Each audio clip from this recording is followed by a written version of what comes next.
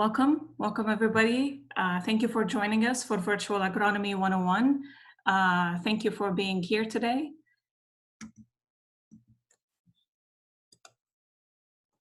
It's a few minutes past 4 p.m. here in California. It's 6 p.m. Central US, and it's tomorrow morning, 8 in the morning Sydney time. So good morning, good evening, and welcome again, everyone, to our webinar. I'm so glad you could all join us, assuming there's a lot of, from a lot of home offices and dinner tables like mine. My name is Manal. I am on the agriculture team here at FluroSense, and I'm very excited to have you join our course. A little bit of housekeeping before we get started. Everybody's microphone is muted and cameras shut, so we're unable to hear you. With that being said, you will have the opportunity to talk to us. There is a live chat that you could send in any question you may have or any clarification you're asking for. So we do encourage you to please be interactive and send in questions. Unfortunately, today we won't have the time, due to that being an introductory session today, to answer your questions at the end. But starting the next session, we're going to be dedicating 10 to 15 minutes at the end of it to answer the majority of the questions that we get. But please feel free to send in your questions as they come, and or via email later on. You could reply to the invitation to my email, and I'd be happy to prepare them for the next session to answer.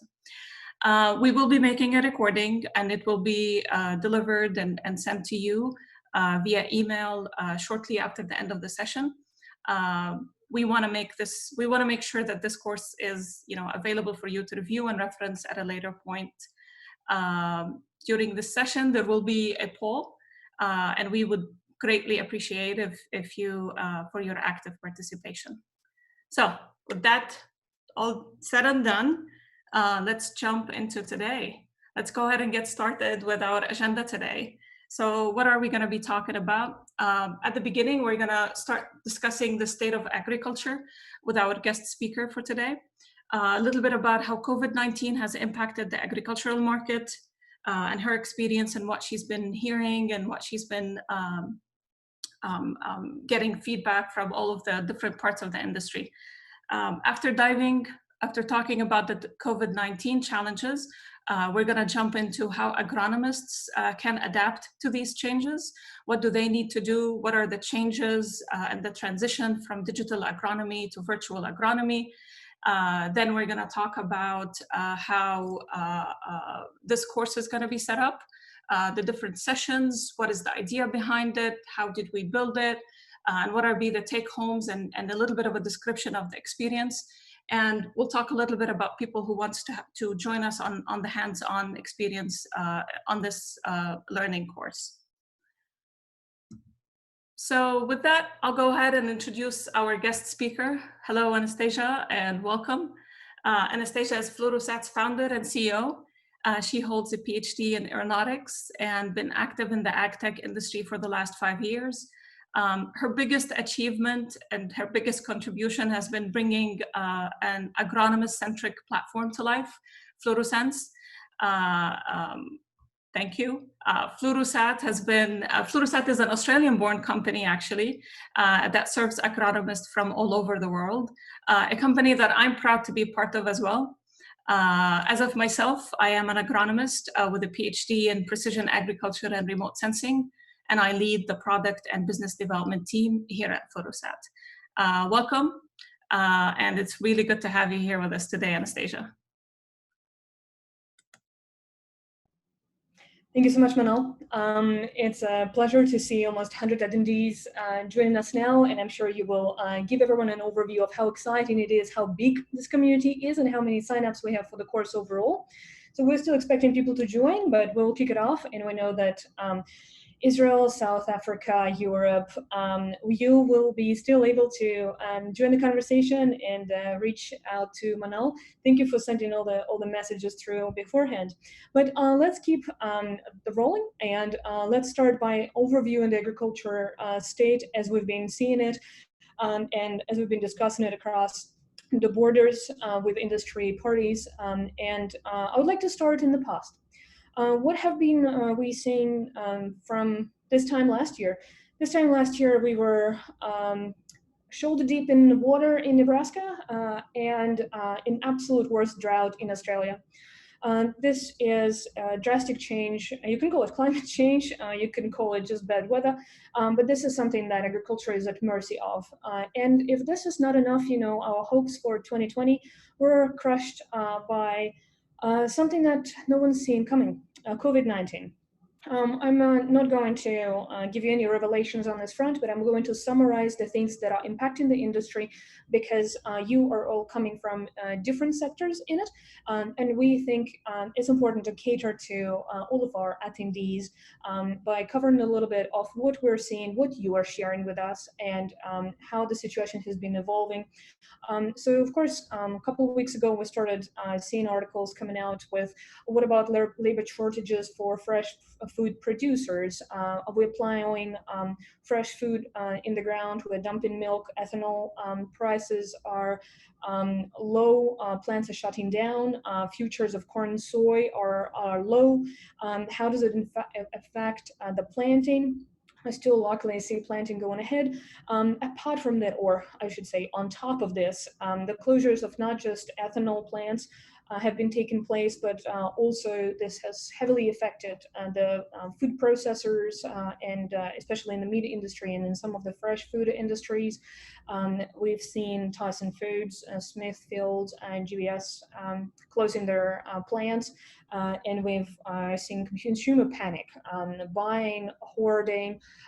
We have seen the spike in the consumer behavior, whilst what we were expecting was probably to fulfill that with the supply, and the supply chains unfortunately have not been able to support the transport of goods, including the fact that immigrant workers were not able to come and harvest them.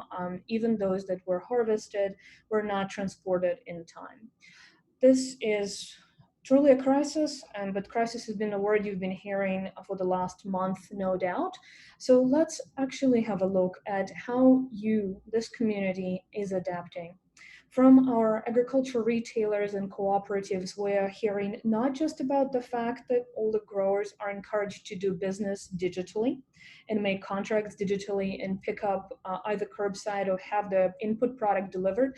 The most recent innovation in the space is the fact that the supply will be assured for the growers in 30, 60, and 90-day plans to make sure that the food, which all of us will be expecting on our tables next year and that will have to be harvested this fall or autumn, will still be able to be grown. On the other hand, many of you are advisors, crop advisors, agronomists, growers. What we've been seeing is that you've been encouraging the farmers you look after, or yourselves. You've been hopping on Zoom. Everyone's talking about Zoom fatigue soon, but we remain connected, and this is truly something that in agriculture industry, one of the most remote industries, is important. We appreciate you coming together today on the webinar and for the coming series. Let me get back to the food producers and how we're seeing the shift in the supply chain. So the produce demand is shifting. Before, the businesses were the main buyers, including restaurants, also government, schools. Now it's the food that's going to home, and farmers whose contracts got canceled earlier this year with some of the restaurant chains are seeing an opportunity to plant some other crops and to be able to pick up new contracts. So not all the food is lost for 2020. And finally, the supply chain that is being so often talked about and the shortcomings of which are so highlighted recently in the news, we see the adoption of technology in an ability for growers to connect directly with the consumers, with some of the startups that were previously supplying or delivering, food delivery startups, to businesses such as airports, corporate campuses. All of those are shifting either to homes or even to hospitals one of the examples for a farmer's fridge, they have released a mini fridge version where the hospital workers on each of the stories of the hospital are able to access the food with a fully automated fridge, giving it out to them, not leaving their environment and sanitizing again. So we're seeing that across the supply chain, this has been surely the fastest we've seen adoption of new technology, of new ways. And I want to reflect the sentiment of our customers back to you and the community that it's, after all, the show must go on and it will be business as usual. Food needs to be grown. Absolutely. That's indeed the name of the game. I'm really glad that your overview, Anastasia, touched on many agricultural sectors, from co-ops and individual agronomists, and how teams of agronomists are trying to be creative and innovative on how to work around the COVID. Because today we do actually have a lot of a diverse crowd for this course and this session. So who's participating with us today? We've got about 200 on, and there's 35% of the attendees are pretty much consulting teams, crop consultants, agronomists, and agronomical advising positions. Another big chunk of participants of this course and people reaching out for these learning opportunities are co-ops and retail and agribusiness. So thank you, everybody. And this indeed represents how everybody in our industry is trying to be innovative and come up with solutions and learn things that could help them tackle the 2020 and all of the overflow that's going to come next year from this year's situation. With that, I'm going to start a poll. I will ask everybody please to participate. So the question is, where are you experiencing the most disruption in your business? What are you worried about? Is it the pricing? Is it the operations? Is it the demand? Labor workforce? And number 5 is adjusting from in-person to remote. If you guys could please log in your answers. We've got 20 more seconds. So the question is, where are you experiencing the most disruption in your business? Okay, thank you. Thank you for participating. I'm going to share with you the results. So a big chunk of 30% says operation.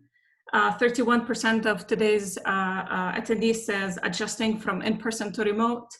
And what comes next is 26% on worried about demand, and definitely pricing and labor. I think this is a good reflection of what I've actually been hearing from a lot of our customers as well.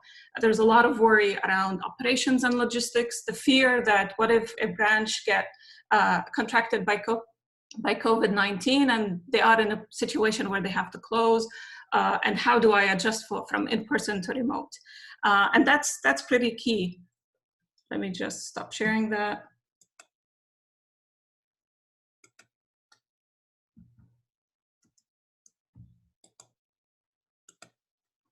And this sentiment is also reflected in a recent survey that was conducted by DTN and Farm Market ID, where nearly 90% of the farmers were surveyed, and they indicated that they are at least somewhat worried about the impact of COVID-19. And the results came back with more than 50% indicating that they are very or extremely worried about the situation. And this is quite common, I think, with and without COVID. If you ask any farmer early on in the season, they would be quite worried. But definitely this year holds a lot more different challenges, and we're all coping. And adapting is the name of the game. And given that, you know, agriculture is an essential industry and we need to adapt to any kind of disturbance and make it as much as possible business as usual, as Anastasia said. The question is, how we should adapt. What are the tools for adaptation, and what do we adapt? What could help us achieve a successful growing season in 2020? So we asked the leaders in the industry, and here's the response. What you're looking at is the quote from one of the head agronomists that we spoke to from a major US seed and chemical company here in the US. And his response was mainly around the need to be proactive, the need to be a couple steps ahead this season, the need to plan for the worst in a drop in supply, in demand, logistics, all of the above. And being proactive about the agronomical practices and being a couple steps ahead and adapting. That was one of the biggest things that he emphasized on, is reaching out to the tools and learning about all of that. And this actually inspired us to put this course together. The need to learn about digital agronomy, the need to learn about virtual agronomy, and how digital and virtual come together, what's the difference, and the transition from the digital to the virtual. And to get us all on the same page here, Anastasia, could you tell us a little bit about what we're calling virtual agronomy, and how does it differ from digital agronomy? Thanks, Manal, for letting me speak on this topic. This has been, as you can say, a brain baby of mine since this time last year, as I saw customers being able to deliver advice to very remote from their physical location areas in the United States, and they started to call it a virtual service provider for a crop consultant or an agronomist. So this is where idea originated from, and we will have those customers join us later in the series to talk about it directly, whilst I'll be quickly introducing the concept and trying to stress the differences. So digital agronomy is obviously something that most of you are familiar with the concept of, or have been masters of, because you are practicing it for more years than many other people we see in the industry. You are here on this webinar because of this. But digital agronomy is when you're interacting with your customers in person and you are keeping the records digitally. In some cases, that still involved paper receipts. It still involved paper notes. It still involved grower making records on their notebook instead of the digital farm management system. Whilst the world is changing and interactions are becoming digital first, or they originate in the digital world rather than in the physical world.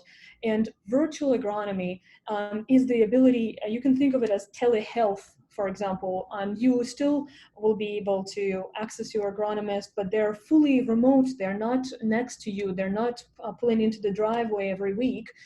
You are interacting with everyone virtually, as well as delivering.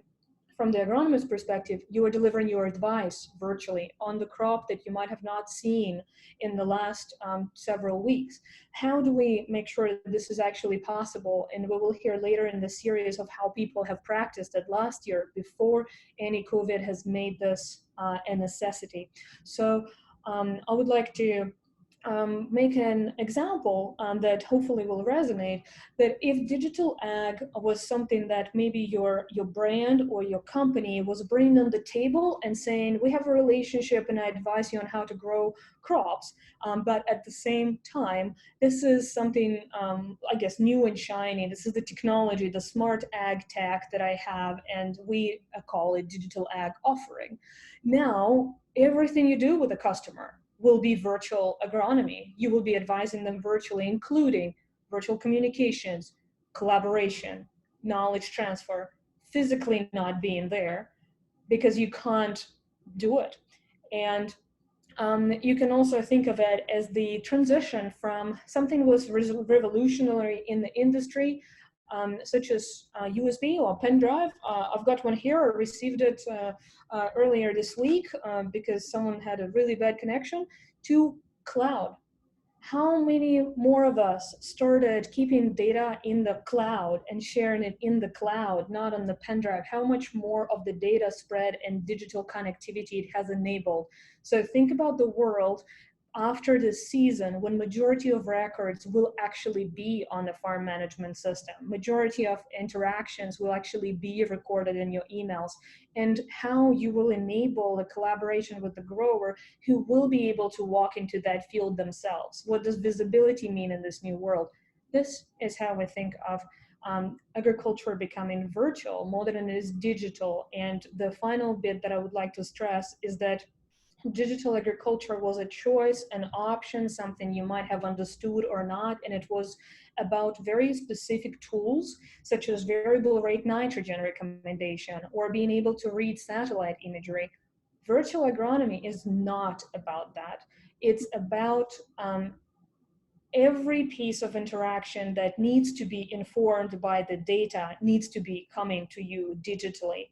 And this is what this course is about. This is what we want to bring and dedicating our resources to educating the market about by bringing best of your peers to you to speak about this. Manal, over to you. Absolutely, and I think it's key that what you highlighted as fundamental pillars of virtual agronomy is pretty much the logic of how we built this course. So the very first pillar that we wanted to emphasize, and we designed each of these sessions to include is the very first piece, which is what is the information, what is the knowledge that we're bringing, what is the intelligence? That's the very first thing to do in this virtual agronomy approach. The second thing would be, okay, now we have this information, how are we gonna communicate it? What's the best way to share it with among teams, among your growers, among more knowledgeable team members in your team, for example.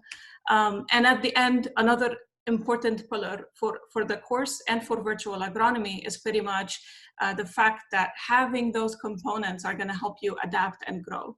They're going to enable peer-to-peer learning. They're going to enable collaboration.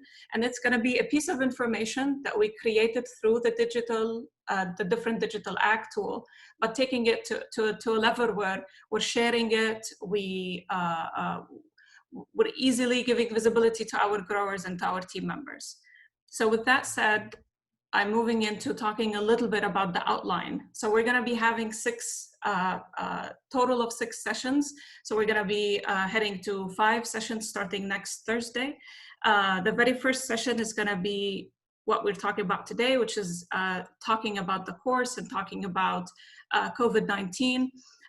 Next week, we're going to start by talking about the title would be Timing is Everything. Staying ahead of the game throughout the season. We're going to be having a guest speaker, Matt Westerhouse from Heartland Soils will be joining us. We're going to be talking about crop status, growth stages, emergence, and other things, highlighting how timing of an operation and being able to use all of the tools to enable you to be proactive in your field. The third session would be about saving where it matters. It's going to be a pure nitrogen discussion. We're going to be talking about the in-season nitrogen recommendation, the power of combining your field data with your imagery. We're going to be talking about how you can create in-season nitrogen recommendation maps, where it accounts for adding nitrogen at the right amount in the right place, and how you could use your local knowledge of adjusting for climatic changes or economical patterns. And we'll also, that's going to be session number 3. On session number 4, we're going to be talking about working smarter. Working smarter, being able to, we'll talk about tools that could help you detect stress early on in the season, being able to track the stresses, being able to understand and see how they spread spatially, and what is the extent of the damage, identifying the areas that's been damaged and their sizing and all of that. Anything related to scouting, stress detection, and how you can make your scouting data, your previous scouting data work for you. We're going to also have a guest speaker on that session, number 4. The 5th one would be pretty much the decision from the decision support from plant to harvest. We're going to be talking about building relationships through data-driven decisions. We'll focus about, at that point, it's the harvest in our simulated imagery that you're looking at. So we're going to be talking about how can you identify which fields need to be harvested first. What kind of intelligence can we bring to the agronomy team, to the logistics team, the order of your fields that need to be harvested, and we'll talk about end of season and harvest and all of these ideas related. The very last session would be putting lessons into practice. It's one of my favorite sessions that I'm really excited about. We're going to be summarizing our learnings. We're going to be talking about examples from 2020. We're going to be talking about practical tools, some tips and tricks about what you could do and the benefit. We're going to be recapping the whole season.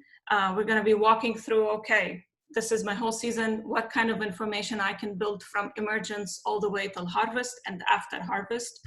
And all the intelligence and the information that we can generate from digital tools to enable practicing virtual agronomy.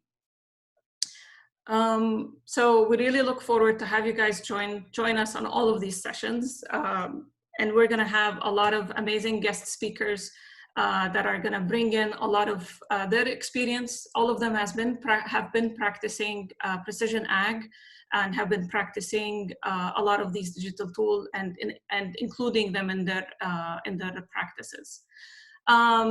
So we've dedicated, and we want to invite you to bring in some of your farms to the platform.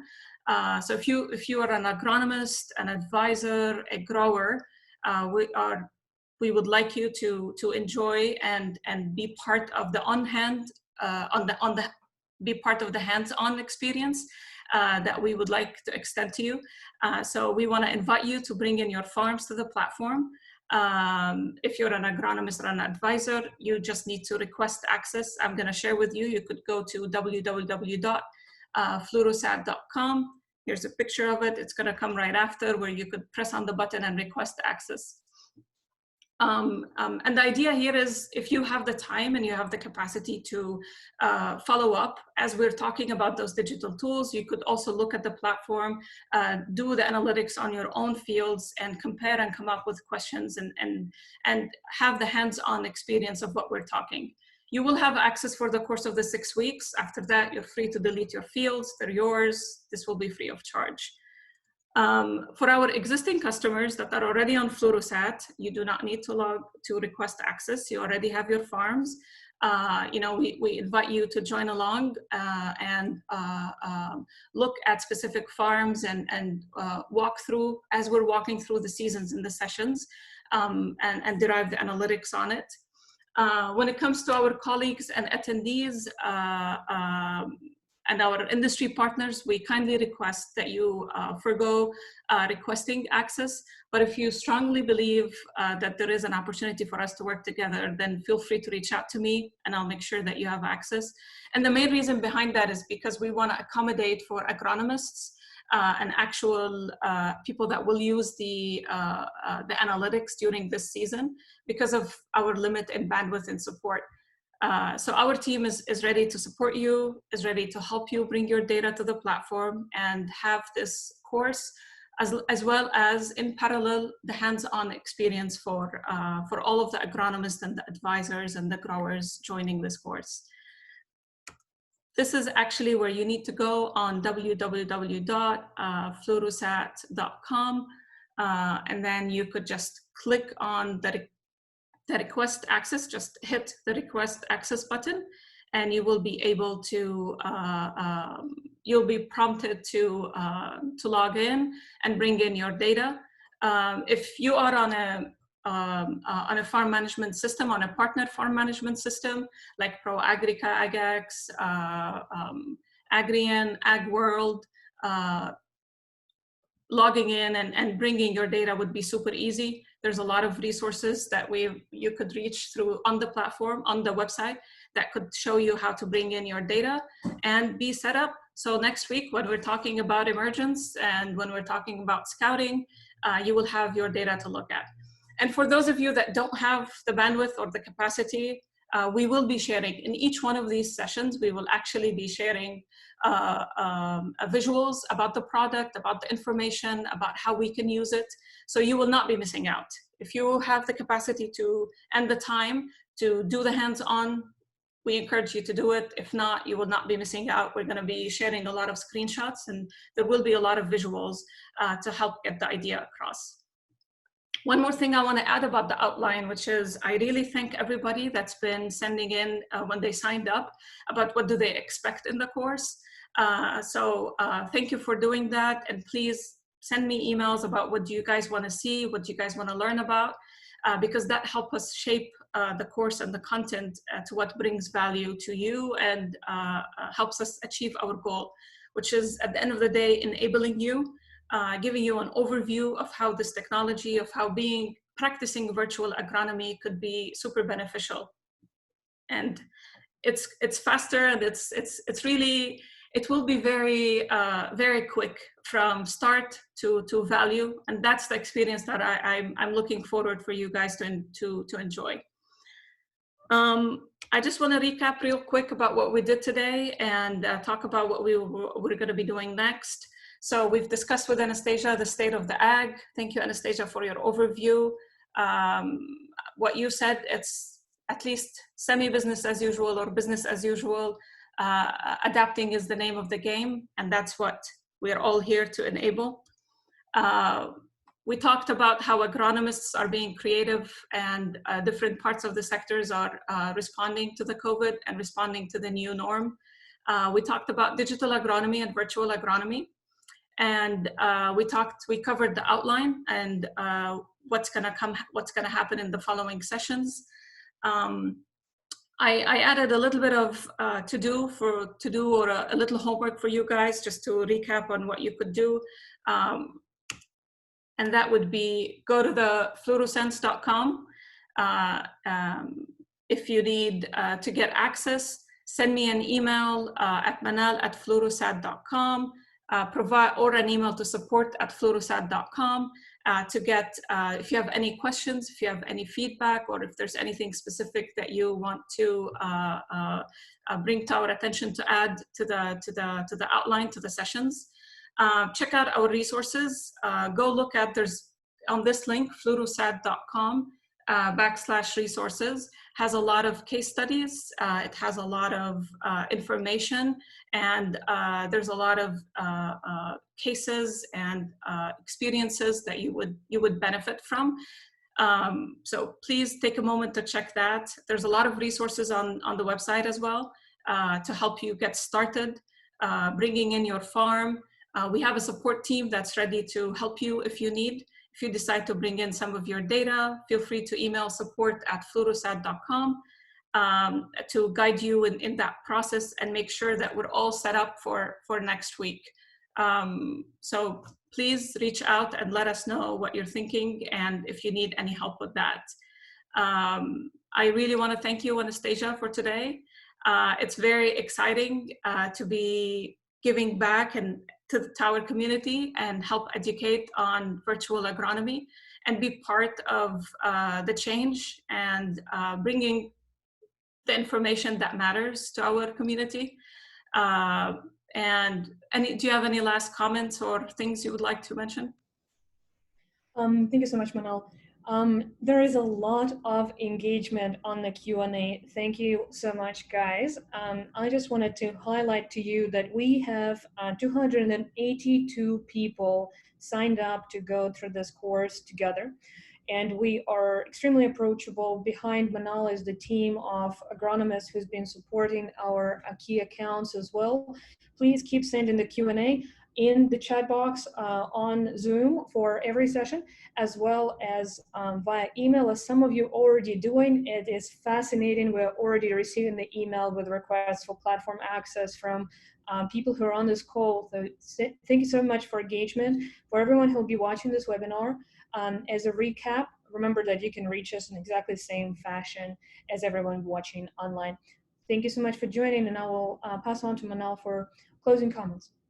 Thank you, Anastasia. This is super exciting. I think this is, it started great by having everybody on board today and signing up. We've done this, we've put this together, and our purpose is educational. Our purpose is to highlight how bringing in information making more room for discussions about agronomy and agronomical practices and agronomical decision support tools, and less about the data itself. So thank you everybody for joining us. We look forward to seeing you next week. So next week again, we're going to be talking about timing. We'll be covering crop statuses, crop growths. We'll be talking about emergence, and our guest speaker would be is Matt Westerhouse. It's going to be a very exciting session. Please make sure you log in next week, same time, same link, same place.